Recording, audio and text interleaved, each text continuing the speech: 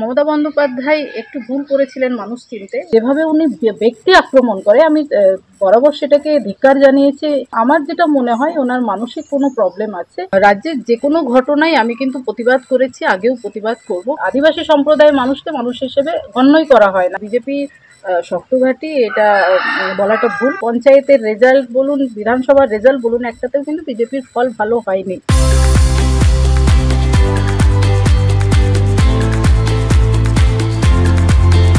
আর কিছুদিন পরে লোকসভা নির্বাচন, কিন্তু তার আগে জঙ্গলমহলের মাটি কাঁপিয়ে বেড়াচ্ছেন যে নেত্রী তৃণমূলের, সেই বীরবাহা হাসদা এখন আমাদের সঙ্গে রয়েছে। সংবাদপ্রতিনিধি স্বাগত আপনাকে।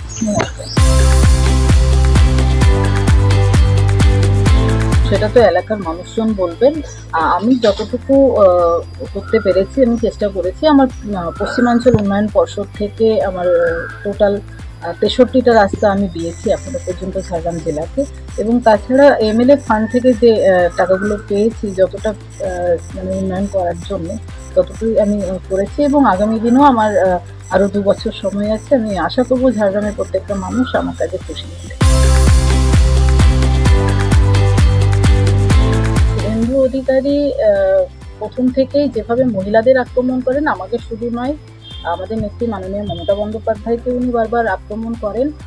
তো আমার মনে হয় যে একজন রাজনৈতিকবিদ হিসেবে সবার প্রথমে যেটা লক্ষ্য করা উচিত যে মুখের ভাষা ঠিক রাখা উচিত, এবং কারো সম্বন্ধে কিছু যদি বলতে হয় সেই শব্দ প্রয়োগটাও ঠিকঠাক করা উচিত। যেভাবে উনি ব্যক্তি আক্রমণ করে আমি বরাবর সেটাকে ধিক্কার জানিয়েছি এবং আগামী দিনেও ধিক্কার জানাবো। এবং আমার যেটা মনে হয় ওনার মানসিক কোনো প্রবলেম আছে, যার জন্য উনি নিজেকে কন্ট্রোল করতে না পেরে দিনের পর দিন যত মহিলাদেরকে দেখেন তাদেরকে কিন্তু বিচ্ছিরিভাবেই আক্রমণ করেন। উনি যেভাবে কটাক্ষ করেছেন এটা বরাবর দেখেছি। ওনাদের পরিবার থেকে মমতা বন্দ্যোপাধ্যায়কে বরাবর আক্রমণ করা হয়।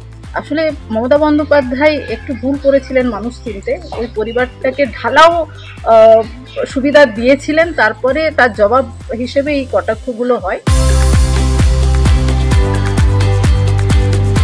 আমি বরাবরই যেখানে যে কোনো মহিলাদের মানে অত্যাচারিত হলে আমি কিন্তু সেখানে মুখ খুলি, সেটা আমার পার্টির লোক করুক কিংবা বাইরের কোনো লোক করুক।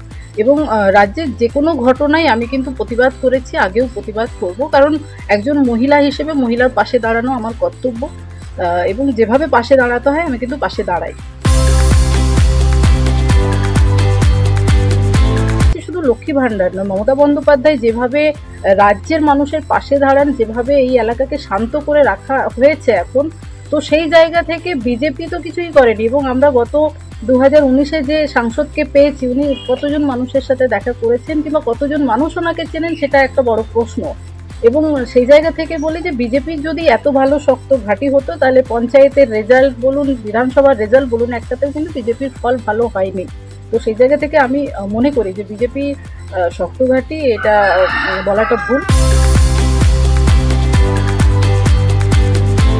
আমরা আদিবাসী সম্প্রদায়ের মানুষ, আমরাই জানি যে পশ্চিমবাংলায় আমরা অনেকটা সেফ।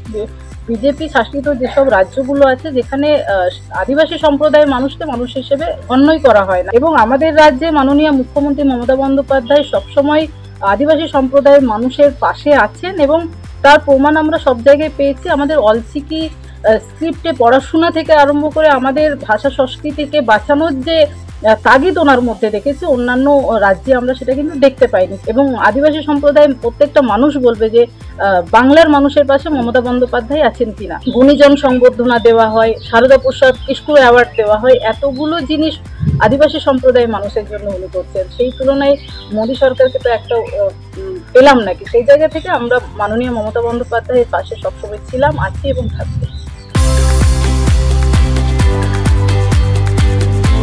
আমার কর্তব্য হচ্ছে এই 5টা বছর আমি কাজ করব এবং মানুষের পাশে থাকবো, এবং এটাই বরাবর আমার কাজ হয়ে থাকে এবং লক্ষ্য হয়ে থাকে যে মানুষের কাছে পৌঁছে যাওয়া, মানুষের নিজের মুখে আমাকে বলবেন তাদের সুবিধা অসুবিধার কথা। আমি যতটা পারবো তাদের পাশে থাকার চেষ্টা করছি এবং করবো আগামী দিনেও। এবং এটাই হওয়া উচিত। একজন জনপ্রতিনিধির কাজটাই হচ্ছে যে মানুষগুলো আমাদের উপর আশা করে থাকে এবং আমাদেরকে আশীর্বাদ দিয়ে একটা জায়গায় পাঠায়, সেই মানুষগুলোর কথা শুনতে হবে। এবং এটা আমি আমার বাড়ি থেকেই শিক্ষাটা পেয়েছি। এবং আমাদের নেত্রী মমতা বন্দ্যোপাধ্যায় যে কথাটা বলেন এবং আমাদের নেতা অভিষেক বন্দ্যোপাধ্যায়ও বলেন যে মানুষের কাছে যেতে হবে, কারণ আমরা জনপ্রতিনিধিরা যদি ভুলে যাই, এই মানুষ দ্বারাই আমরা নির্বাচিত হই, মানুষ আমাদেরকে আশীর্বাদ করেন। তাই আমার পক্ষে যতটা হয় আমি মানুষের পাশে যাওয়ার চেষ্টা করি। আমি বরাবর সত্যিটাকে সত্যি বলতে ভালোবাসি, মিথ্যেটাকে মিথ্যে বলতে ভালোবাসি, এবং আমি কখনোই এটা কোথাও গলা ফাটাইনি। কেউ যদি দোষ করে থাকে আমার দলের বলে তার হয়ে আমি কখনো কিন্তু গলা ফাটাইনি। আমি সবসময় বলেছি যে দোষ করবে তার সাজা হওয়া উচিত। জঙ্গলমহলে মানুষ আমরা খুব ভালো আছি এবং শান্তিতে আছি, তো সেই জায়গাটাকে অশান্ত করার জন্য কিছু কিছু মানুষ এই ধরনের নাটক করবেই, কিন্তু জঙ্গলমহলের মানুষ আর সেই প্রলোভনেও পা দেবে না এবং সেই রকম কোনো অশুভ শক্তির হাতকে শক্তিশালী করার জন্য কোনো রকম কাজকর্ম করবে না। ঝাড়গ্রাম থেকে প্রতিম মৈত্র, সংবাদ প্রতিদিন .net।